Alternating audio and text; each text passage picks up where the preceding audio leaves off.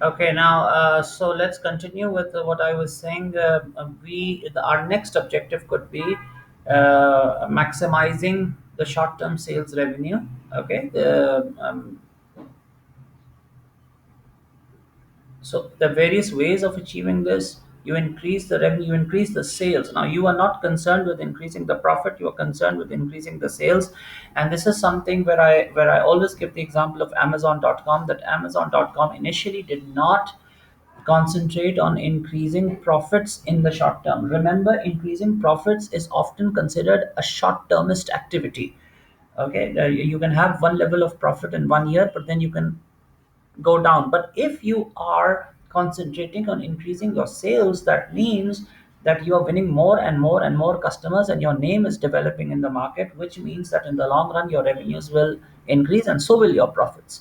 So that is another objective that you can have. Another objective is maximizing the value for the shareholder. Of course, who is the shareholder in a company? The shareholder is the person who invests in the shares and becomes the part owner of the business. So the share that he is holding, that is his asset. Now he wants the value of the asset to increase over time. If you have land, you have the value, you want the value of the land to increase. It's your asset. So likewise, your shares are your assets. So maximizing the value of for the shareholder, this is a very, very major. I mean, this is often one of the prime objectives of public limited companies. And why? Because the shareholders vote for the management in the AGM, in the annual general meeting. So they are concerned about the value of the shares going up. Sometimes there is a trade-off between share prices and the dividends. Sometimes dividends are to be reduced and more profits retained for the share prices to increase. Okay, so please do keep in mind the corporate aims and the objectives that you set. Remember, the aims are those very long-term targets which are in the mind of the starter of the business, the owner. The corporate objectives have to be more clear, and they have to be more smart. So there has to be a clear link between them. They should be achievable and measurable. They should not be impossible. They need to be communicated to the employee. You don't expect the employee to achieve anything unless you communicate it with him properly in an objective way. Okay, and these corporate objectives will then become the starting point for specific objectives and what are called strategic objectives, which you will study in a separate unit later on. And as I said in SMART, that they have to talk about the time frame in which you will achieve them. So there is often a conflict between corporate objectives. Okay, for growth, you might have to sacrifice profits because you have to increase the sales. So you might, in order to increase the sale, you might have to say, okay, I will take a lesser margin of profit. So profit and growth, there is a conflict between these two. There is also a conflict between short term and the long term. When do I want the profit, long term or the short term? So if you are going for long term profits like Amazon.com did, then they sacrifice their profits for 6 years in the beginning. Okay, then there are conflicts between shareholders, employees, workers, and workers want more salaries. That means the cost of the business is going to increase if you give them more salaries.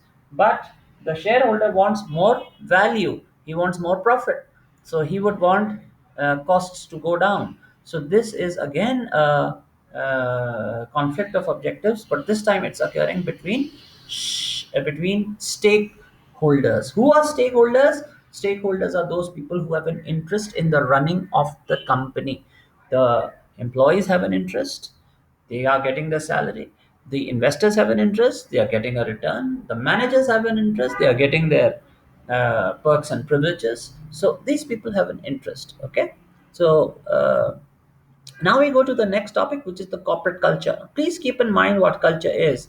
Culture simply means the way we do things. All businesses do processing of factors of production. They process, they produce goods and services.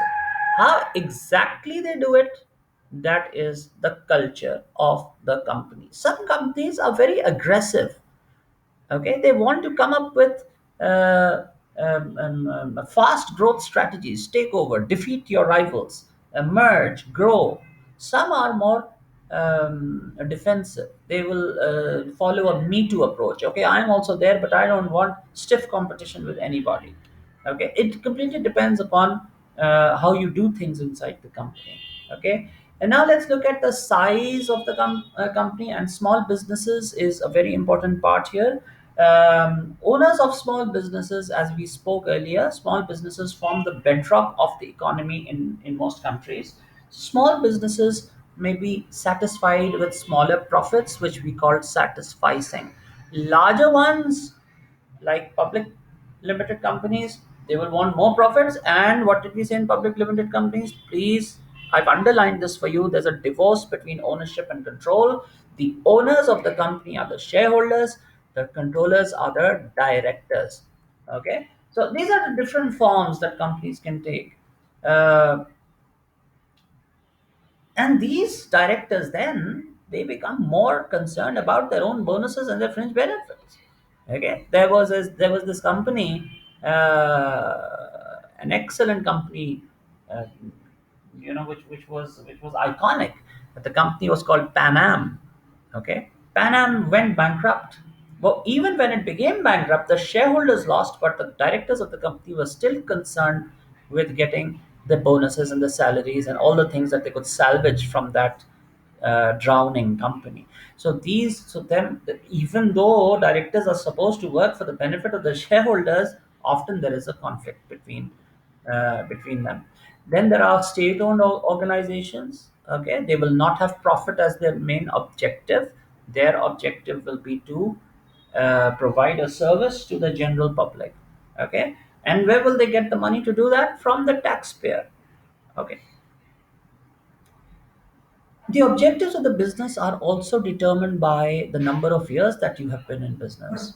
Okay, newly formed businesses are there in business primarily to avoid failure.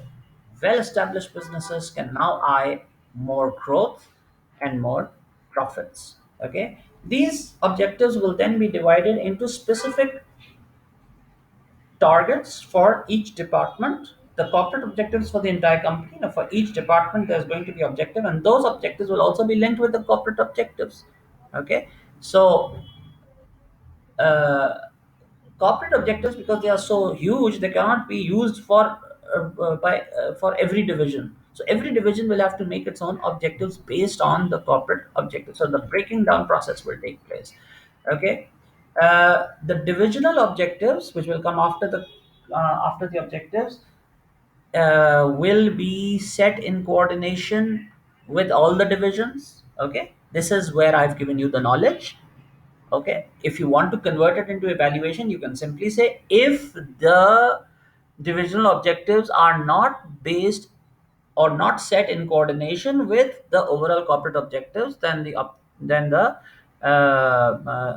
revenues of the company and the productivity of the company may not rise. So for the first sentence, if you say coordination between all departments, they work together, focus of the organization will appear to be confused. Here you will get 1 mark, but if you do the evaluation, you will get 2 marks. Okay, and as I said, there has to be consistency with the corporate objectives. But please keep one thing in mind: the management must not give an objective to a department or a division unless and until it gives it the required resources with which to achieve those objectives.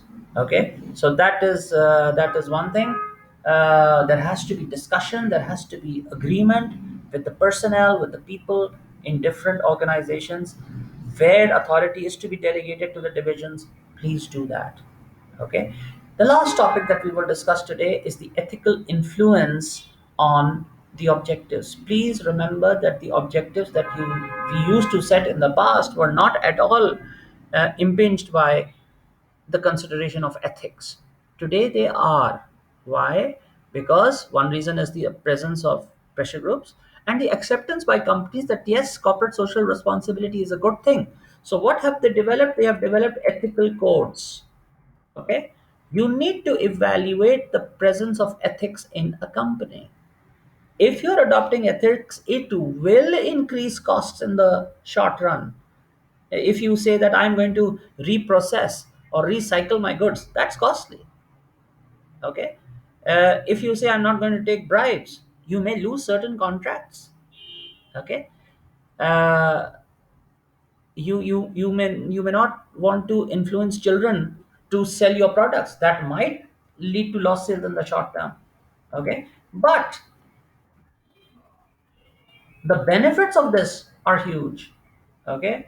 If you are taken to court, if a business is taken for court to court for unethical practice, now that's going to cost a lot in terms of money as well as the reputation, which is going to lead to a fall in revenue of the firm. Every firm wants good publicity. The pressure groups are going to give you good publicity if you're following ethical policies. Okay, so please do keep these things in mind. There is an ethical dimension and a moral dimension to all our activities, and the objectives that we set in accordance with these things.